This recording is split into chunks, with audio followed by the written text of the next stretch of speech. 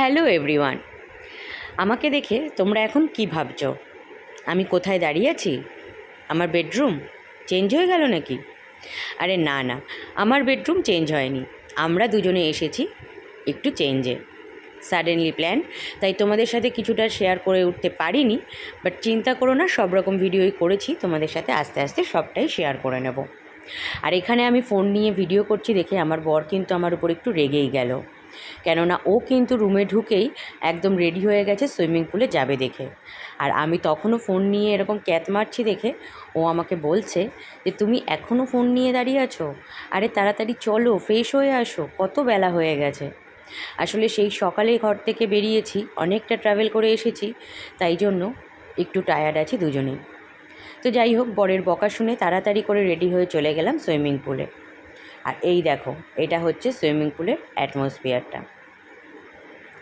তো আমি এখানে বসে আছি কারণ আমি এখানে গিয়ে দেখছি যারা সুইমিং পুলে অলরেডি চান করছে তারা কিন্তু আমাদের পাশের পাড়ার লোক।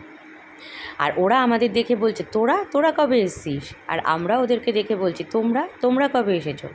আসলে ওরা গতকাল মানে আগের দিন ঢুকেছে, আর আমরা তো জাস্ট চেক ইন করলাম। তো এই হচ্ছে ব্যাপার। তো ওরা চান করছে আর আমি একটু বসে আছি, ওয়েট করছি, তার কারণ বরকে পাঠিয়েছি মকটেল আনতে। বরকে বললাম দুজনে নামার আগে চলো একটু মকটেল খেয়ে নিই, গলাটা ভিজিয়ে নিই, দেন দুজনে একসাথে সুইমিং পুলে নামবো। আর এই দেখো, আমাকে দিয়ে দিয়েছে, আমি তো বেশ মজা নিচ্ছি এখানে বসে বসে। আর সাথে বরকেও ডেকে নিলাম, এই যে যা আসো আসো, দুজনে এখানে বসে একটু টাইম কাটিয়ে নিই, দেন দুজনে একসাথে সুইমিং পুলে নামবো। বললাম না, ও একটু রেগে গেছে, তাই মকটেল খেয়ে মাথাটা ঠান্ডা করে নিচ্ছে। তো এবারে নেমে গেছি সুইমিং পুলে। তার আগে কিছু ফটো তুলেছি, চলো সেগুলোই তোমাদের সাথে শেয়ার করে নিই। আমাদেরকে কেমন লাগছে তোমরা অবশ্যই কমেন্ট করো, আর তোমাদের ভিডিওটা কেমন লাগলো সেটাও কমেন্ট করে জানিও।